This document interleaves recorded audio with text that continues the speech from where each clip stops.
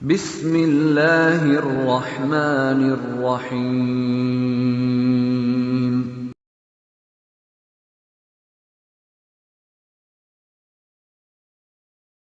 ندائے قرآن اور احادیث۔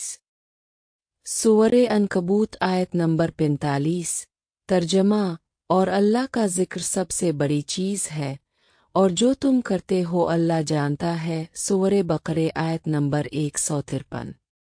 ترجمہ: بس تم میرا ذکر کرو، میں تمہیں یاد رکھوں گا، اور میرا شکر ادا کرتے رہو اور ناشکری نہ کرو۔ سورہ مزمل آیت نمبر 8۔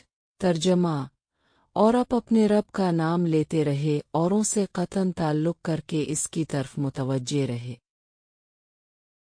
سورہ ال-عمران آیت نمبر 41۔ ترجمہ: اور کثرت سے اپنے رب کو یاد کیجیے اور صبح و شام تسبیح کرے۔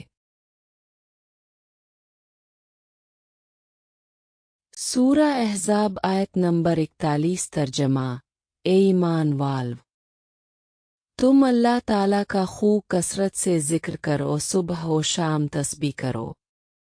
سورہ رعد آیت نمبر 27۔ ترجمہ: اور جو شخص اللہ کی طرف متوجہ ہوتا ہے اس کو ہدایت اللہ دے دیتا ہے۔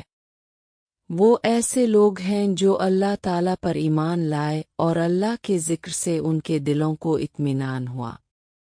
سمجھ لو کہ اللہ کے ذکر سے دلوں کو اطمینان ہوتا ہے۔